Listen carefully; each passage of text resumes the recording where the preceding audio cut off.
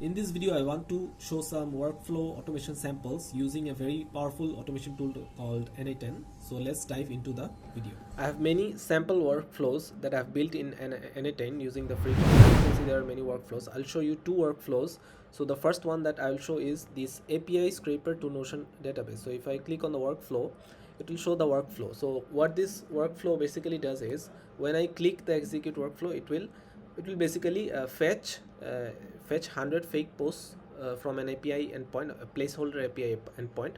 It will format the post. It will only take the title and the body or the content of the post, and then it will send it to the Notion database. So I have created a database in Notion. As you can see, I have already tested it. So there are 100 tables or 100 records here in the database. I'll give the demo. I'll delete or clean up the whole thing.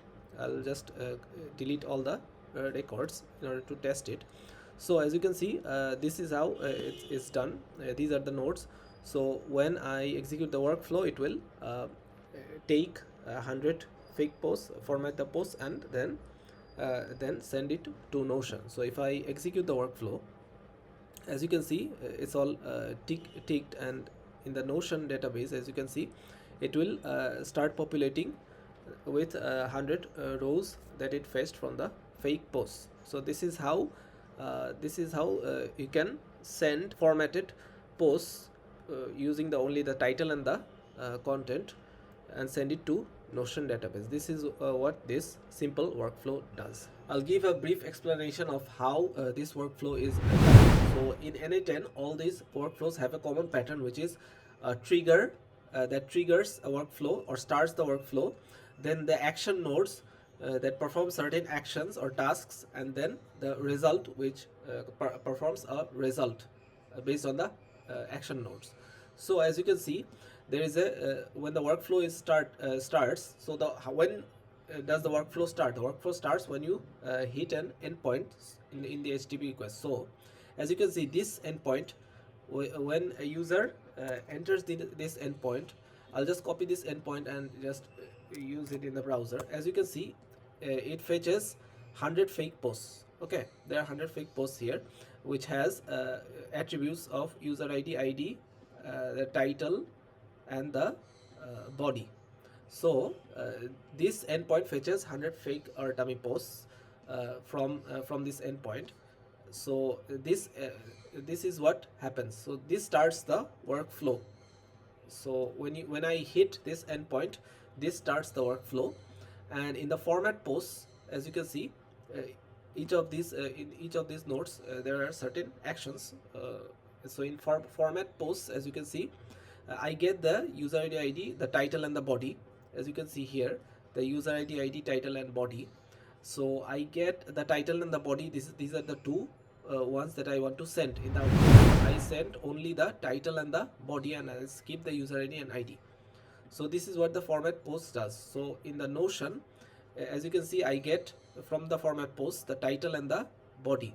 So I use the title and the body and send the title and the body to here. So in the title, I get that I update the title or insert the title, and in the body I insert, or in the content I insert the body. This is how this workflow is done. So the 100 posts is fetched from the API endpoint, then the post is formatted to get only the title and the content, and then it's sent to the Notion database.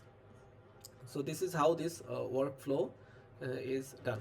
The second workflow that I want to show is a restaurant inventory system. So if I go to the restaurant inventory system, as you can see, this is actually an AI agent.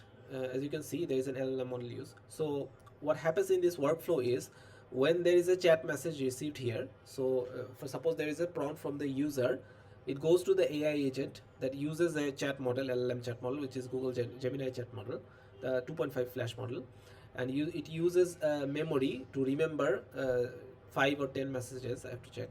And also it uses two tools here from Airtable. So it searches for records in Airtable. As in the Airtable, I have set up a restaurant inventory system in Airtable that has the ingredient name, the category, quantity of stock, etc. So what it does here is, it search for records in Airtable, the records in ingredients table, I think. yes, in the ingredients table. So there are many tables here: supplies, stock, receipts, etc. So in the ingredients table gets the it searches for records in the air table, in the ingredients air table, and it updates the records in the ingredients. So what I'll show you how this is done. So let's say I want to update and reduce the quantity of stock to 100 less. So I want to deduct 100 or 50 from each stock. So let's say I want to deduct 50. So I want to deduct 50 stocks from each ingredient.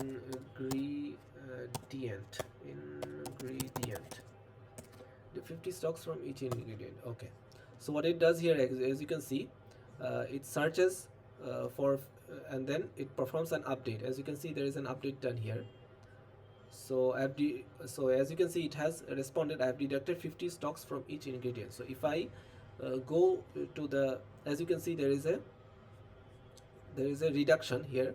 As you can see, 50 stocks has been deducted from each ingredient. Okay, so from tomatoes, from olive oil, from chicken breast, etc. So this is how this workflow updates records. I can also search for records.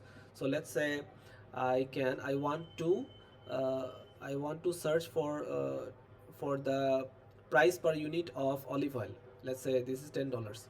So let's say I want to get the price per unit of olive oil.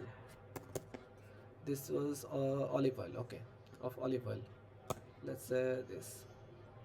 As you can see, it searches for records.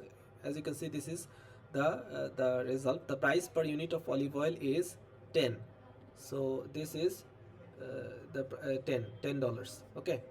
So what happens here is when I or the user enters a prompt for a search or a update query, it goes to the AI agent that uses this LLM model. So it has a brain. So this performs, the AI using the LLM performs this, and then it searches for records in Airtable and updates record in Airtable. I want to give a brief explanation of the nodes, how this workflow is done. So when a user enters a prompt, so let's say when the user enters a prompt, it goes to the AI agent. So if I just click on the AI agent, as you can see, the user's prompt here in the chat input, the session ID and the action. So the AI agent takes this input from the user. So this is the user input prompt, and it uses this is the AI agent, and the model it uses is the Google Gemini chat model. So this is the model it connects to, the Gemini 2.5 Flash model, which is of course free. And the memory it uses, the AI agent uses a model, an LLM model, and a memory and some tools. So in the memory, as you can see, it remembers 5 messages, up to 5 messages. It can be 10, 15, 20, 50, whatever. It has a memory, so it remembers the previous messages. So this is the memory that is used. And in the tools, I have used search tables, search records. So what this is done here is this agent searches for records in the Airtable. This is what this tool does. So this tool connects to the Airtable. I have used it. So as you can see, it has it searches for records, and in the update record Airtable uses the user prompt and in order to update records. So as you can see from list, I've used the operation update, and it searches for this restaurant inventory system, and it matches these columns, and from AI it gets the ID and quantity in stock and prices per unit. These two columns, it updates these two columns. Okay, so this is the brief overview of how this workflow is performed. Hopefully you enjoyed these two sample automation workflows. So in the next video I'll come up with some more interesting sample workflows for demonstration, so stay tuned for that.